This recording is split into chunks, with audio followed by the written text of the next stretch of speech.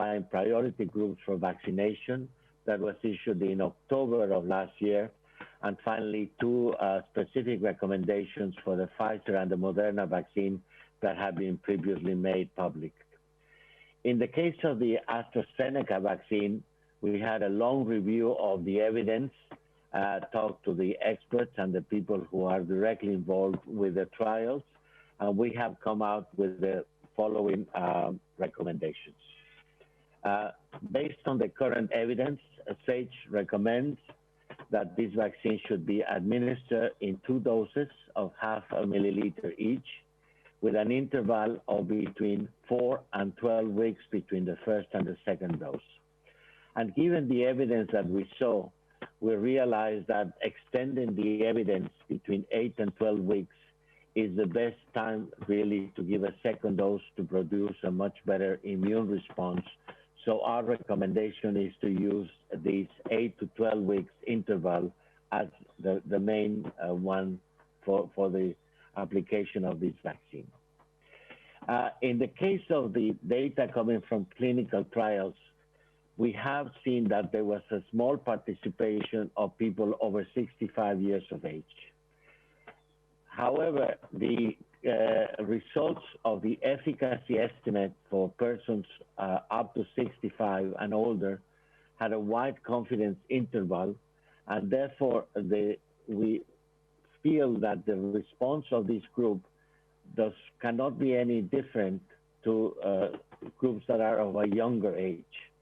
So we therefore, since we have identified people over 65 as one of our priority groups in the prioritization roadmap, we have based a totality of looking at the safety and the immunogenicity data, and therefore we recommend for the vaccine to be used in people 18 years and above without an upper age limit. That means people over 65 years of age should be given the vaccination. We have 2 groups that we look in particular. One is the pregnant women, and here, although the vaccine is safe, we don't have enough information to make a general recommendation about its use in pregnant women. However, if a woman is at risk or belongs to one of the high-risk risk groups, or is at a risk because of comorbidities, and the woman is pregnant, we therefore see no reason why she should not be vaccinated under the guidance of the clinical practitioner that she uses for advice. That would be the same issue with women who are breastfeeding, for which we still don't have full information, but if they belong to one of these risk groups, and here we refer mainly to women who are involved in activities that put them at risk of being infected with COVID, for example, are health workers, then they should be vaccinated as well.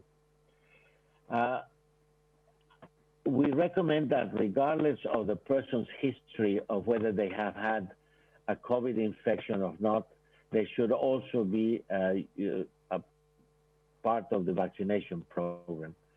We have no information to really assess how much an infection will produce a lasting immunity, and therefore we feel that it is appropriate to recommend that anybody who has had contact or not with the SARS-CoV-2 virus should get the 2 doses of the vaccine as recommended before.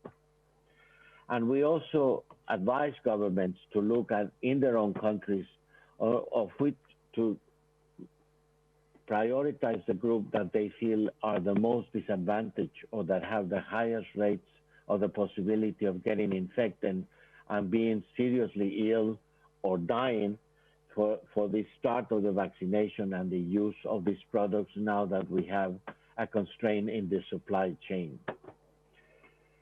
We still don't recommend any of these vaccines for international travelers. We don't have enough vaccines to be able to cover that, and we don't feel that this is a group that, first of all, should be traveling unnecessarily, and second, that would require the specific protection of a vaccine. This will probably come later when the supply chain is appropriate, and also when we have other factors related to how much that will really help us to curb disease. Now, because of what Dr. Sumia was alluding to, which is the circulation of these variants that has worried everybody in the past weeks, we did look at two aspects of the circulation of the variants in relation to the Astrazeneca vaccine. In the trial in the United Kingdom, a preliminary analysis has shown a slightly reduced vaccine effectiveness of this AstraZeneca vaccine against the SARS-CoV-2 variant that is circulating there that we call B.1.117, and only a limited reduction in the titers of neutralization, meaning that the vaccine is still having a good effect in protecting people infected with this variant.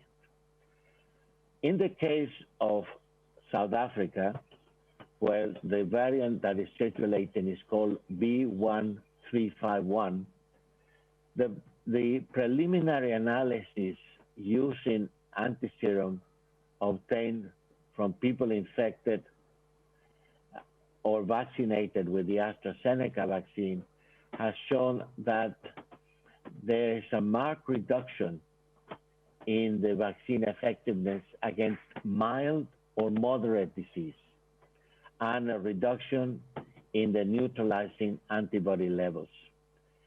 This study was designed to assess efficacy against disease of any severity, but the small sample size did not allow the assessment of vaccine efficacy against severe infection with the SARS-CoV-2 virus. And there is indirect evidence that is compatible that there is still a protection against this severe disease using the AstraZeneca vaccine.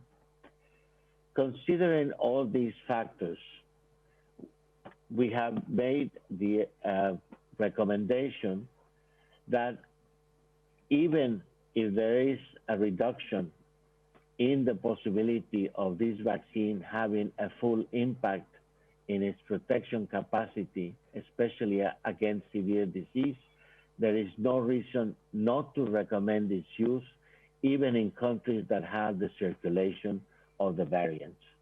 I will repeat that.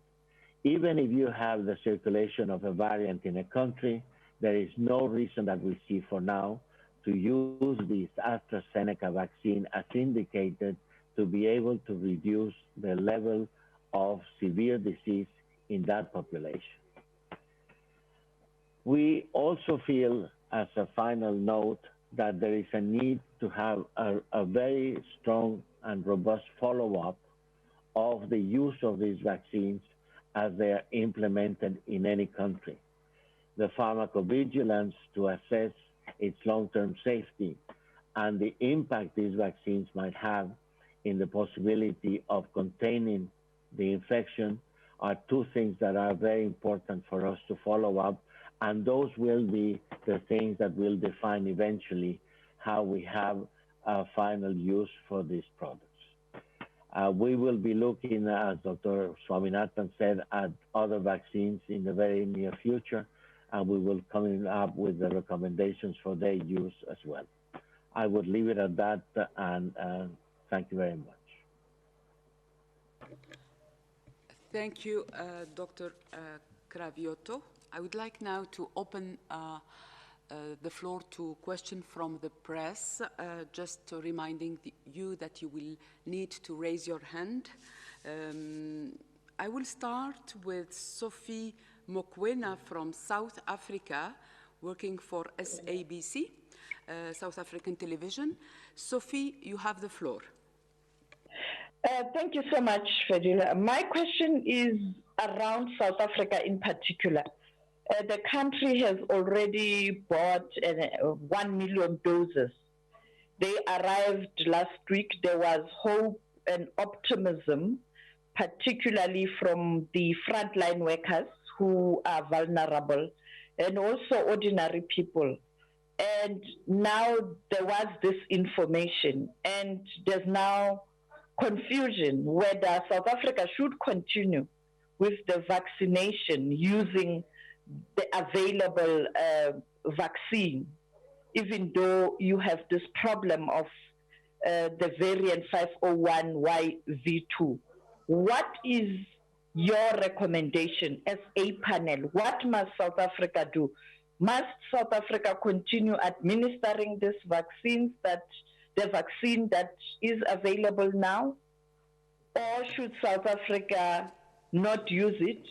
Or are we going to be compelled perhaps to look at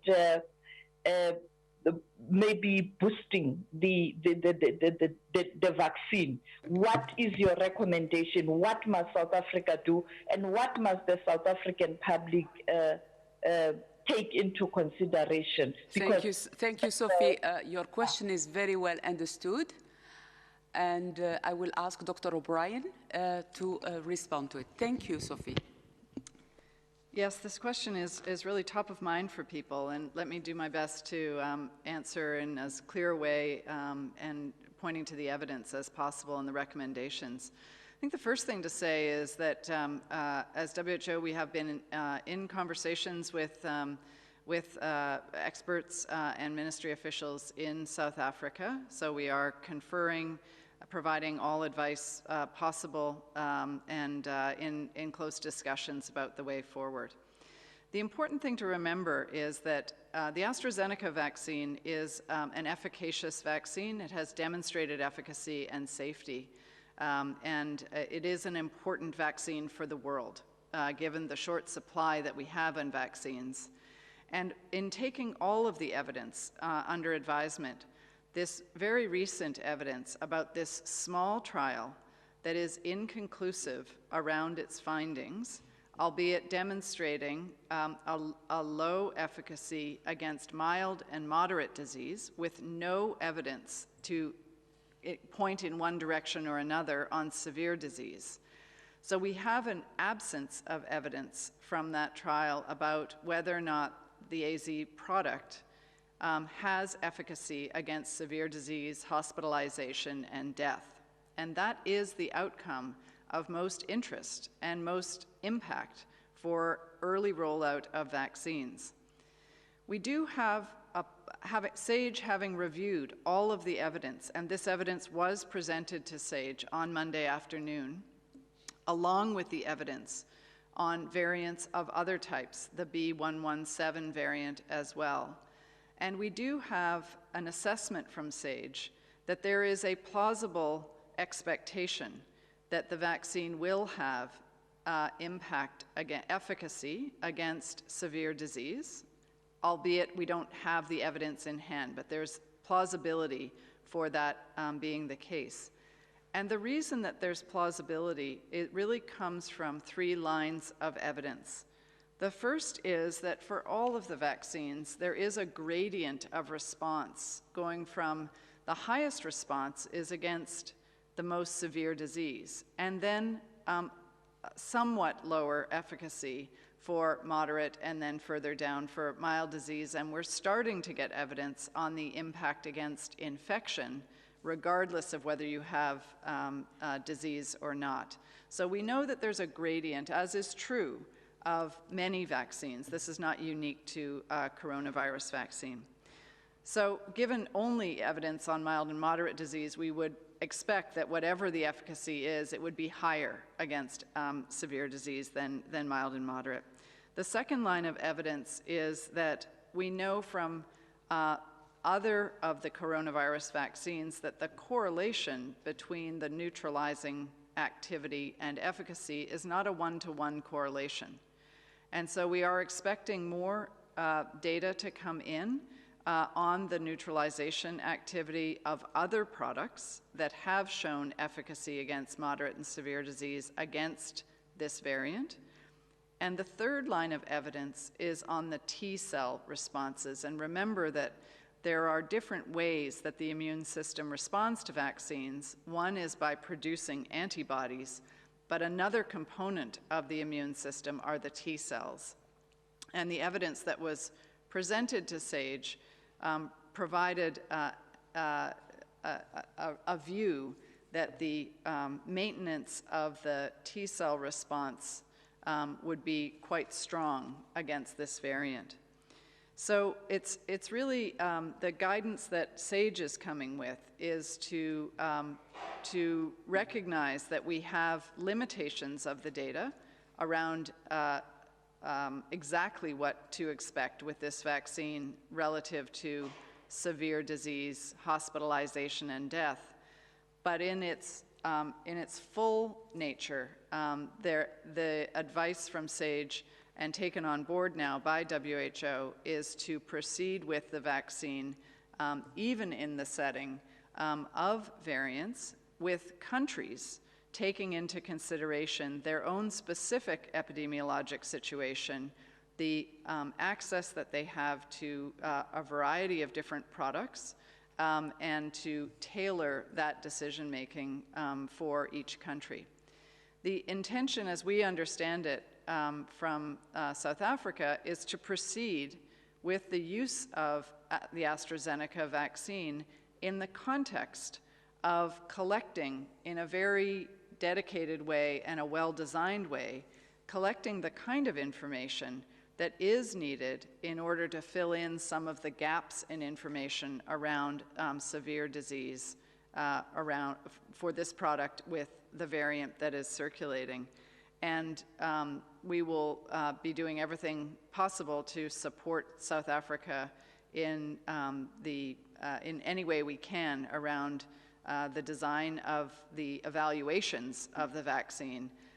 So the pause that has been put in place to allow time in order to design what those evaluations will look like is an important pause so that they can be best designed to get the kind of evidence that would allow an ongoing review of the vaccine and the way it's being deployed in different countries and different settings around the world.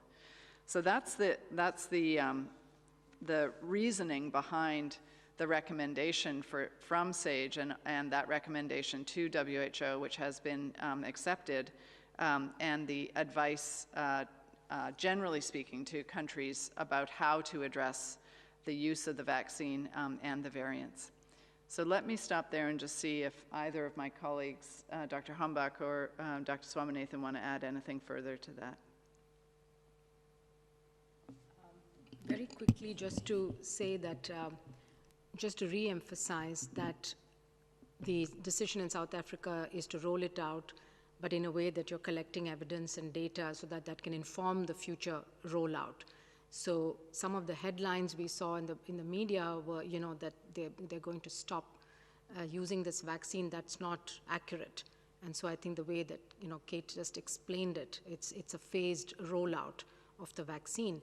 The other quick point is that some countries have, a choice of multiple vaccines that they have already purchased, and in those situations, countries can actually make decisions, because from what we know of these different vaccine candidates, you could use them for one subpopulation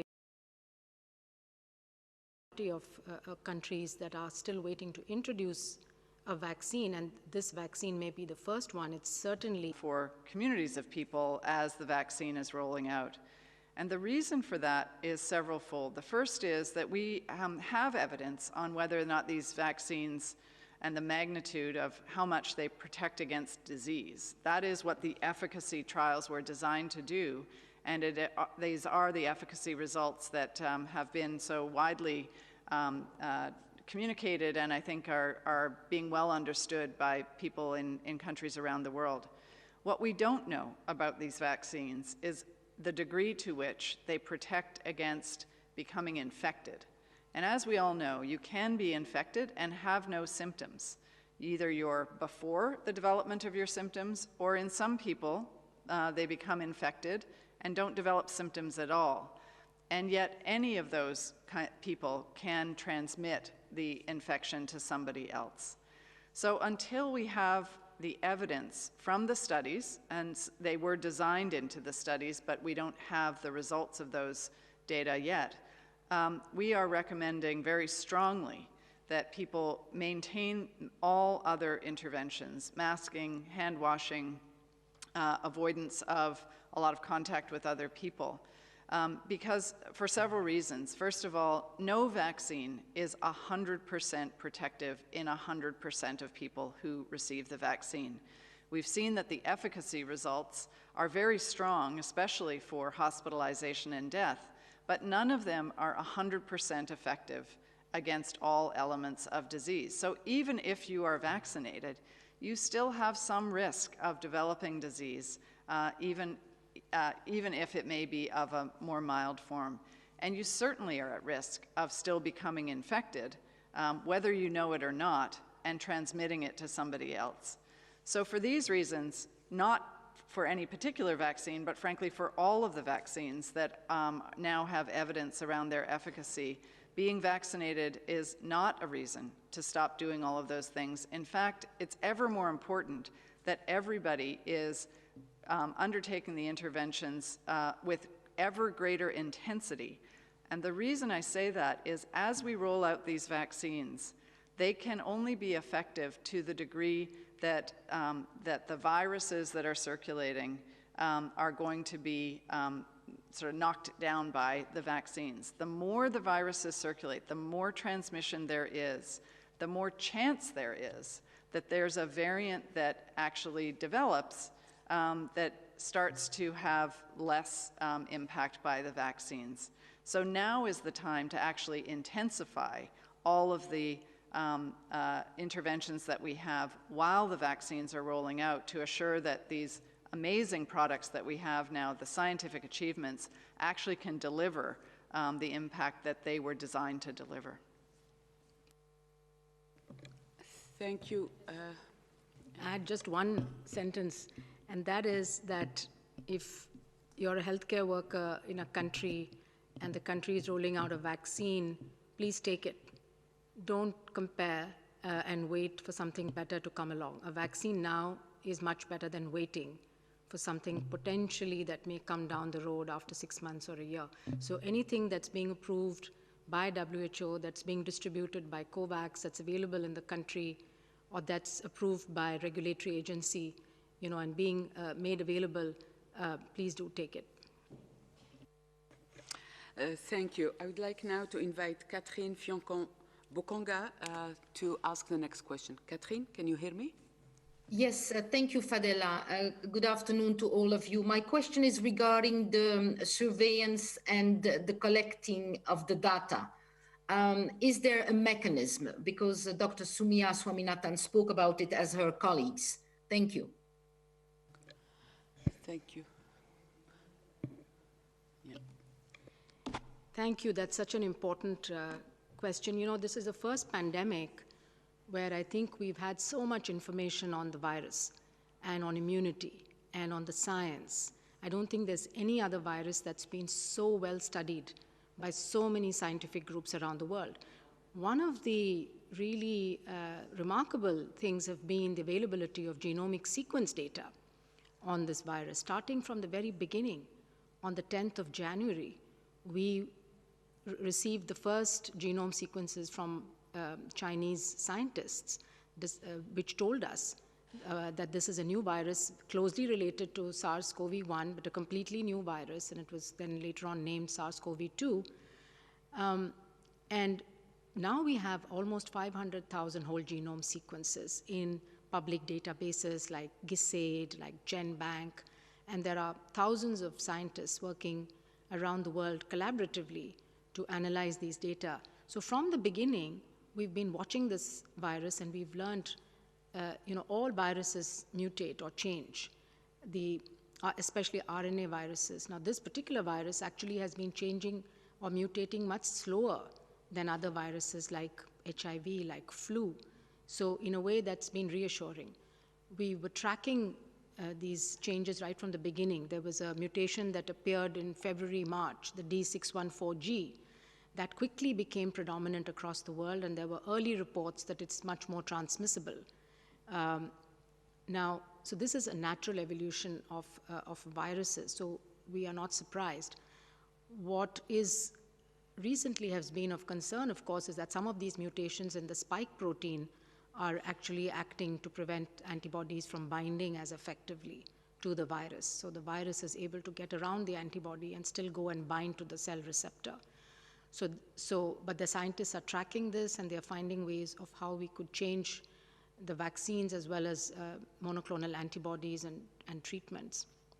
So we have, for the genome sequences, we have public databases, we have a very good system. I mentioned the virus evolution working group that WHO had set up in June last year that's been tracking this, and we work with all our partners, we work with CEPI, we work with this network of labs. We are now setting up also groups that will be able to periodically provide some guidance on the need for changes in the vaccine strain, similar to what we do for influenza. We have twice a year the advisory committee that informs which strain of flu should go into the vaccines for the following year. So maybe a similar mechanism is going to be needed for COVID-19, and we're already setting that up. In terms of data on other parameters, like the safety of vaccines, the efficacy, the effectiveness of vaccines, and the impact that the vaccines have in countries as they are rolled out, this is very important also, to do well-designed studies which can then also be fed up so that there's a platform and a database that's collecting all this data. So we have a meeting tomorrow that's going to discuss the various methods that countries should use to collect data, both from, going all the way from randomized trials of testing different vaccines in combination, or looking at different durations between the first and second dose, or looking at one dose versus, a delayed booster. There are different designs, and then observational cohort studies, as is happening in countries like Israel and the UK. We're learning as vaccines are being rolled out, and the impact on hospitalizations, the impact on transmission. As well as on the safety side, we're going to develop a platform that will collect active monitoring of people who are getting the vaccine, so that we keep learning about the safety as well. So it's important to have all of these data sets. It's a lot of data and a lot of work to set up these platforms, but the WHO is working with groups around the world to do this. If you want to add anything to that, Kate? Yeah, maybe just to add some very few words. I mean, you have noted, obviously, that the recommendations are called interim recommendations, and this is actually reflecting the fact that we are, of course, expecting that more data are coming in relation to the Astrazeneca vaccine. There is actually a large clinical trial still being conducted in the United States. And then, obviously, as it was referred to, the assessment of the impact, of the effectiveness, and of the safety through various studies, observational studies, or other really more planned studies will be extremely important. So we are very active in this field. There has been a specific protocol developed for conducting these studies. There is an active follow-up on the safety signal through the Global Advisory Committee on Vaccine Safety. And so this is information that we are obviously scrutinizing, also in relation to looking whether there is any update needed in relation to our overall positions and recommendations. And obviously it was pointed out by Professor Craviotti in the beginning that there is a couple of population groups where we still do not have many data. Pregnancy was mentioned, but there is a couple of other groups, HIV-infected individuals. So also these are data that we are expecting to obtain through the rollout and through observational or small dedicated studies. Thank you. I would like now to invite a reporter from Politico, Carlo Maretuccelli. I hope I pronounce well your name. Carlo, you have the floor. Yes, hello, Carlo from Politico here. Thank you for taking my question. I had a question just regarding the recommendation for the over 65 age group. It was mentioned by Dr. Cravioto that this was based on a wide confidence interval. I just wanted to know if you could explain what was meant by that. And then I also had a second question which regarded when we might expect a formal emergency use listing. Thank you very much. Dr. Cravioto, do you want to take these questions?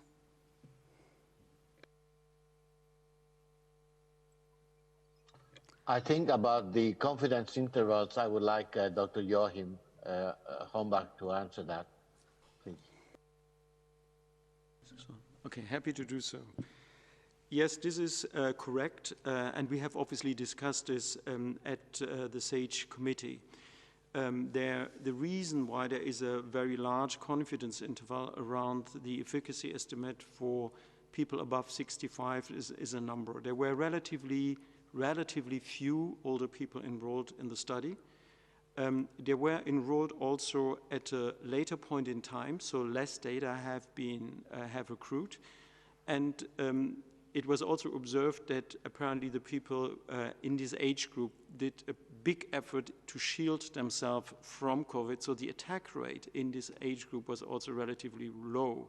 All this resulted then in relatively small numbers and then a wide confidence interval. There were a few other aspects that we looked at in relation to the above 65 years of age. Another thing, and it was mentioned by Dr. Cravioto, is that the efficacy of the vaccine is higher when the second dose is administered later. The administration of the second dose for the people above 65 was, however, in a relatively narrow time window of 4 to 8 weeks. And so this is also something that needed to be taken into consideration. So you would expect actually to see a higher efficacy if you administer the vaccine according to our more recommended schedule, which is 8 to 12 weeks between the two doses. So these are all factors that have been that explain that the vaccine efficacy estimate for older people in the data that we have available is relatively modest and not very precise. However, we have also looked at additional data, in particularly on the immunogenicity and both antibodies as well as cell-mediated immunity. And what you could see here is actually that the immune response in people above 65 is almost the same as in younger people. And this makes us very confident that this is a vaccine that is actually protective and well protective in people above 65 years of age. Dr. O'Brien? Just one other point to add to the excellent response from Joachim. In addition to the evidence that we saw on the performance of the AZ vaccine in those over 65 years of age, SAGE also considered modeling data.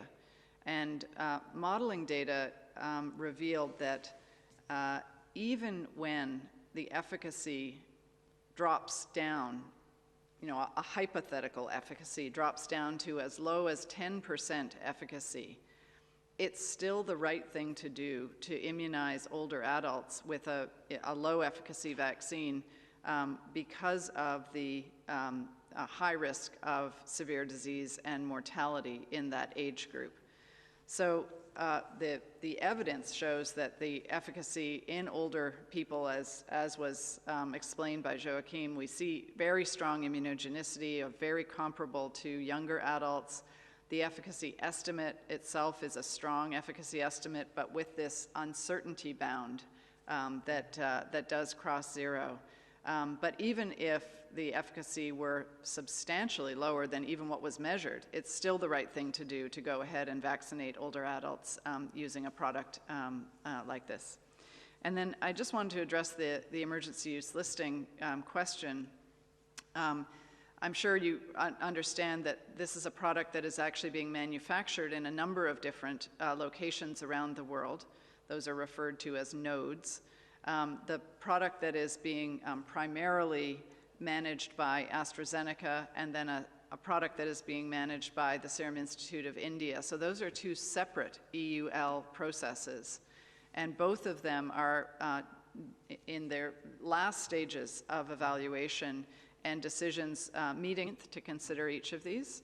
And so we expect a decision to come out in mid-February on each of the Astrazeneca managed product and then the SII manufactured product. Thank you. I would like now to invite Brazilian journalist Ana Pinto from Folha de Sao Paulo to ask the next question.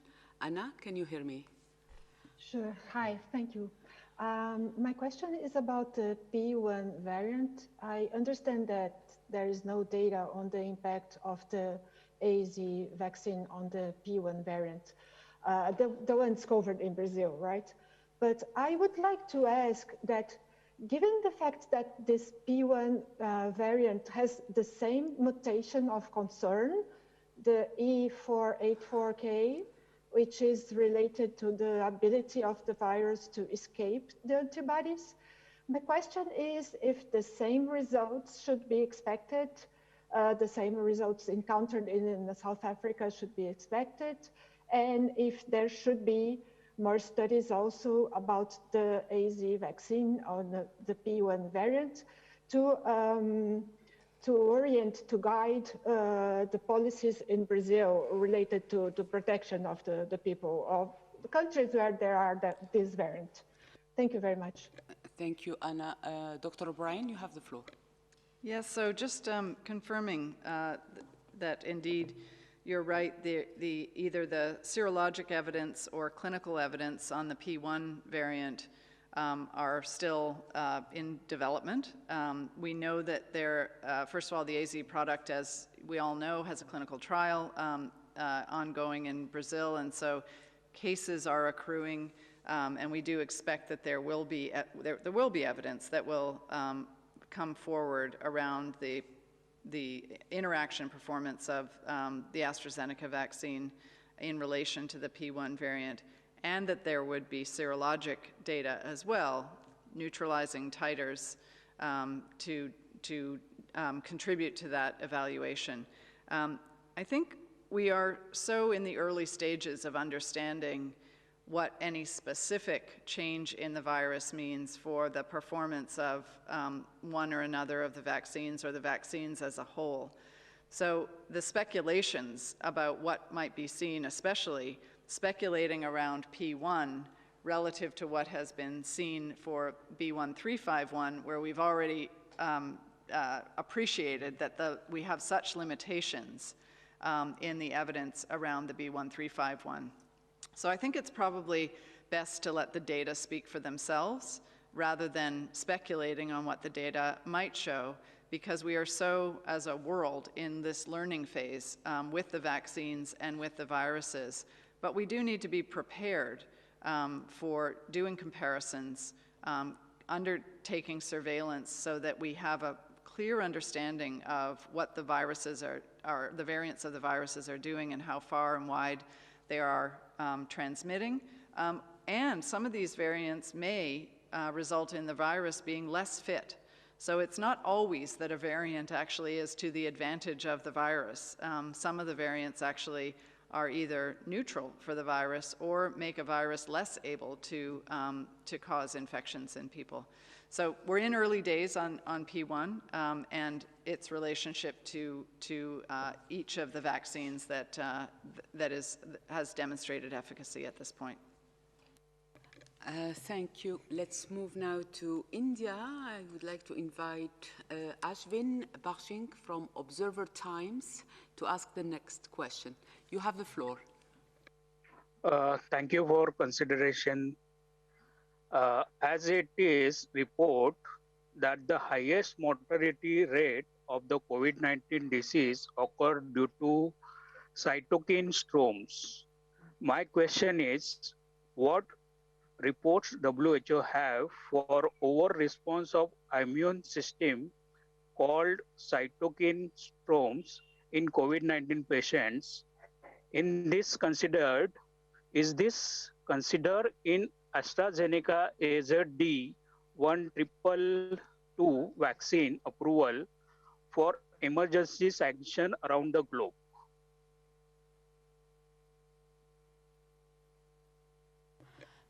Thank you. Dr. Swaminathan.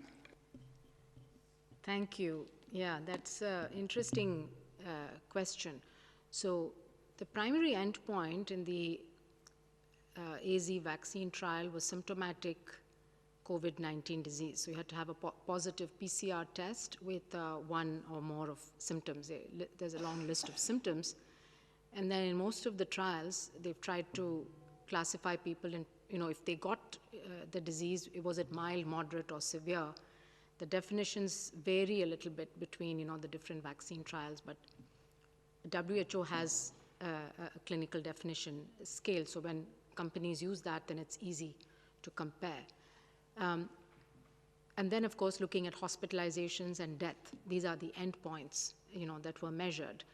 There may have been more detailed immunological studies done, like the cytokine storm, for example, that you talk about. But I think the focus of the vaccine trials are really on looking at the immune response to the vaccine, both in terms of the cell-mediated immunity and in terms of the antibodies, what we call the humoral immunity. And one of the goals that we need to come, again, as a global community, we need to decide is what are the correlates of protection? What are the surrogate markers so that you don't have to do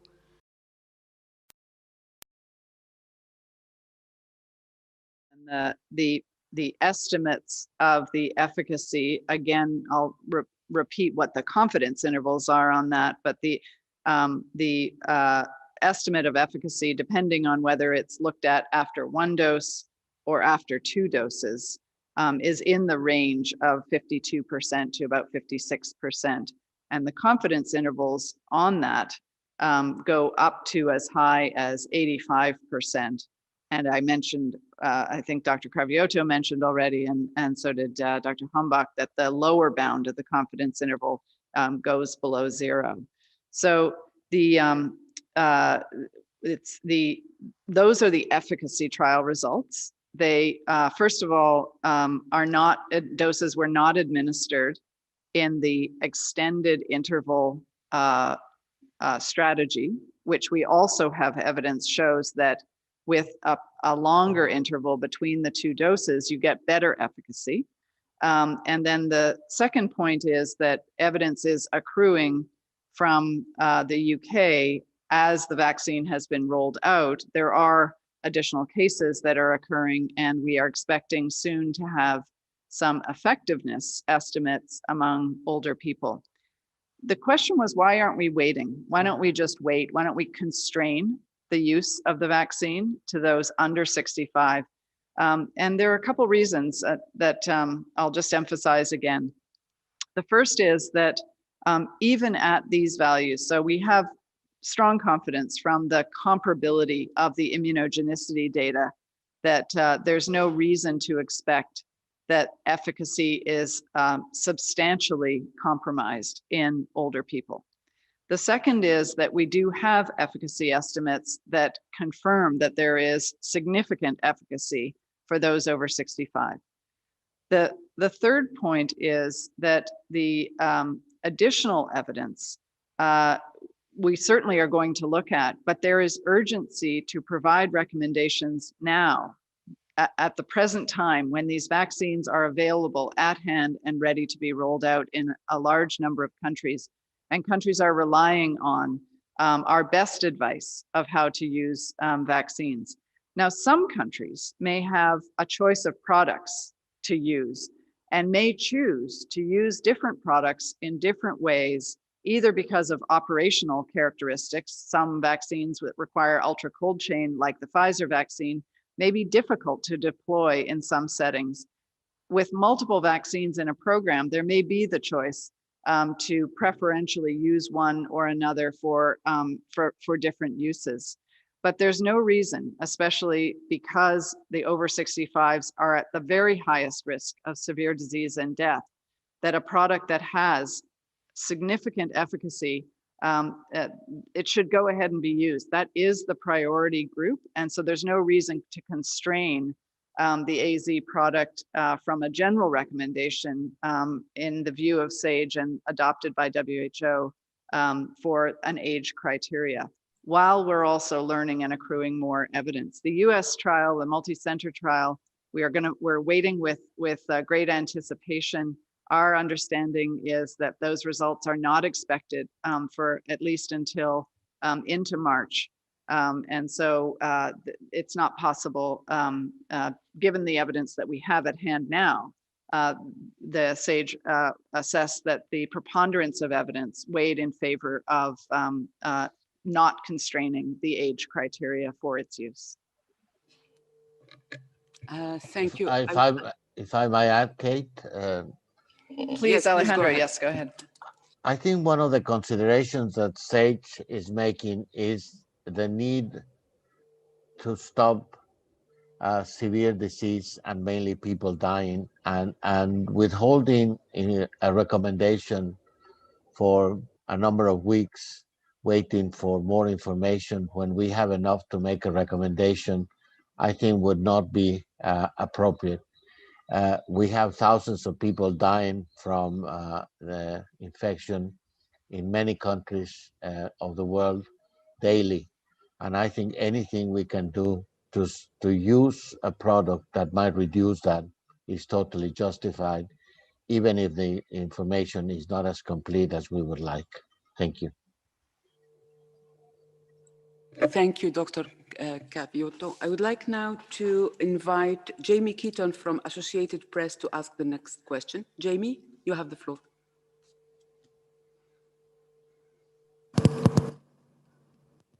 Jamie? Yes. Yeah. Please go ahead. All right, thank you very much. I didn't know if I was unmuted. Yes, thank you very much. I guess this question is for Dr. O'Brien. I want to just get a sense as to how concerned you are that South Africa, which of course is a reference for many developing countries, is expressing doubts about the Astrazeneca vaccine, which really is one of the most important parts of the COVAX project. How much is that factored into your thinking? And if you could just maybe elaborate a little bit, do you have any thoughts about whether or not more effort should have been done to diversify the portfolio with, say, Pfizer's, to make a stronger effort to get behind the mRNA vaccines earlier, whether or not there were cost and cold chain issues? Thanks so much. Thank you, Jamie. Dr. O'Brien? I think probably the first thing to say is we're in a very dynamic situation right now, and we will all be making adjustments to any recommendations. We will all be making adjustments to any recommendations as evidence continues to accrue. South Africa, every country is responsible ultimately for their own decision-making about their own particular circumstance and epidemiologic situation, and also under consideration of the stage of the pandemic, the priority populations, the product availability across the range of products that are out there. And so I think it's not appropriate really to take a kind of global view about the recommendations for countries to consider and then apply a specific country's decision-making. As we described, we're in really close conversations with South Africa. They are going to be using the AZ product and taking this pause to be able to assess exactly how to best design an evaluation so that more information can be added to this puzzle that is an incomplete puzzle at this point. There are a large number of doses of the AZ product and other products in the COVAX facility. It is a diversified portfolio, and it is increasingly becoming diversified. Part of the issue around the portfolio of vaccines for any country's bilateral arrangements or COVAX or any other regional portfolio, it's not just what's in the portfolio, it's also about when the doses come. And so we do have, for instance, the new J&J results, the new Novavax results, but those products are not yet authorized, and the timing of their availability from a supply perspective, they're not all evenly distributed over time for access for any country.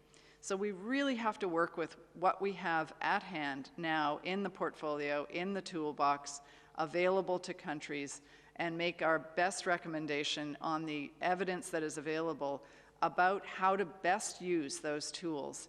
And we have fantastic tools. This new evidence is important, but it's really inconclusive. And so the recommendation from SAGE is to continue with the deployment, especially because the vast majority of countries are facing a pandemic with strains of the virus that are not this variant, and even for countries that have this variant in the country, it's not the dominant variant. So there's still incredible value to be had, even if it would be true that the efficacy of the AZ product against the B.1.351 variant is has strong limitations to it. But we don't know that. We don't know whether or not what that efficacy is against severe disease for the B.1.351. So I think the diversification of the portfolio is an important question, and it has a diversified portfolio base. The mRNA vaccines, the decision-making around having the mRNA vaccines is also a portfolio management issue around the price point. Obviously, price determines how many doses can be procured. There are trade-offs there. The ultra-cold chain and the ability of countries to want that vaccine or to be able to handle that vaccine in a broad rollout. As you know, now we're deploying that vaccine imminently. Countries have been announced that will be getting that vaccine in the first wave. And those doses will likely be very constrained to use in capital cities where that ultra-cold chain can largely be managed. So there are these trade-offs, and that results in numbers of doses, type of product in the COVAX facility. Thank you, Dr. O'Brien. I think I will take one or two more questions. I would like to invite Stephanie Nebehe from Reuters to ask the next question. Stephanie, you have the floor.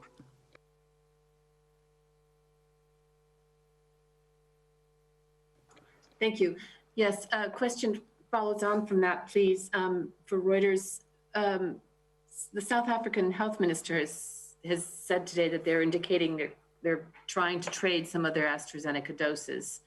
And he specifically mentioned that there had been talks with the COVAX facility and with the African Union. Can you comment on that, please? Thank you.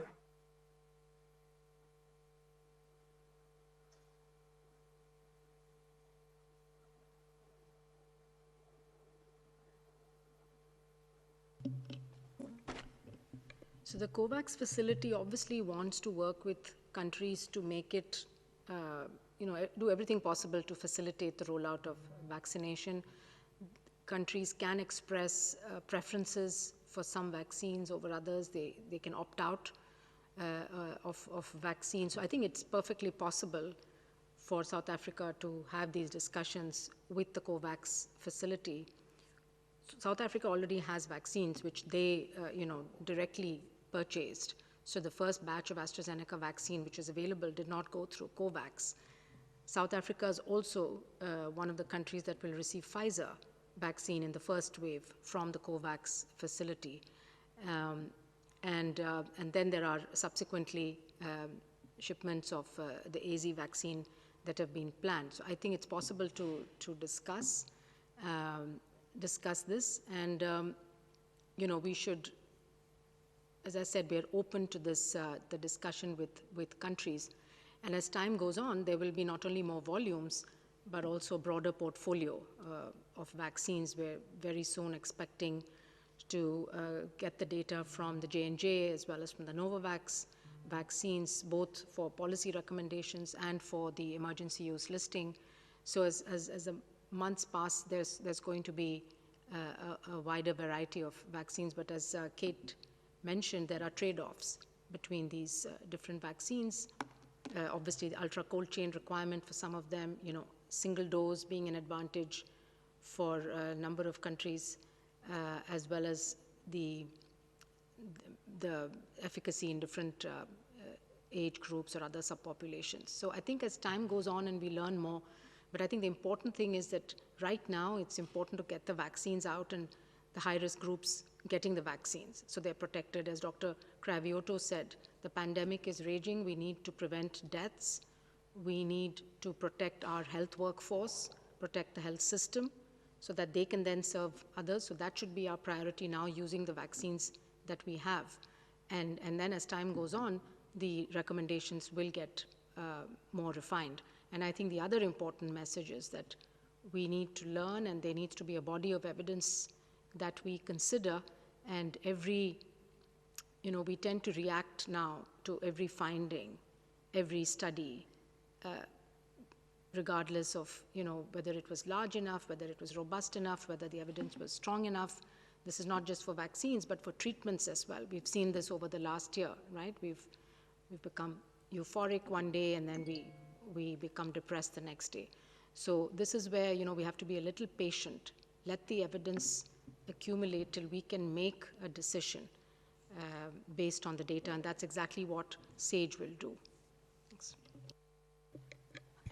Maybe I can just add a couple of things. I do want to emphasize, both in relation to this question and the previous question from Jamie, is that there are actions by different sort of partners along the chain, and I think we really want to emphasize also the actions of manufacturers, that in order to achieve speed here and achieve access, what is absolutely critical, in addition to the things that we've talked about, the data and country decision making, is that manufacturers have responsibilities here as well, and they can help to make this global access easier.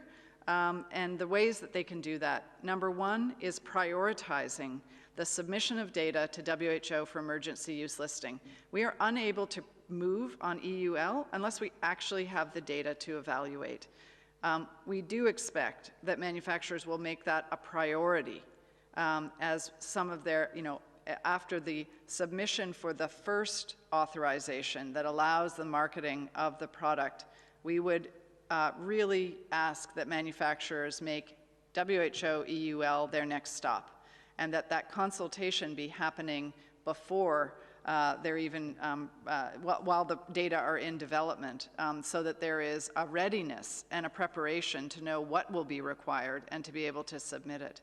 And the second is around prioritizing the COVAX facility for deal making.